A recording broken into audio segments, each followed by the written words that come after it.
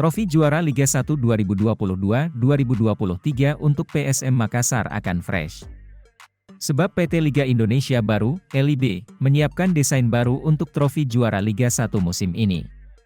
Sejak era Liga 1 2017, trofi juara sudah berganti desain sebanyak 2 kali. Rencananya trofi Liga 1 akan diserahkan langsung Ketua PSSI, Erick Thohir.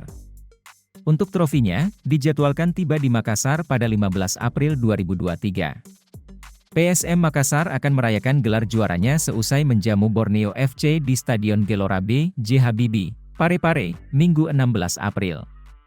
Pemkot Parepare sendiri telah menyiapkan pesta rakyat untuk menyambut kemenangan ini.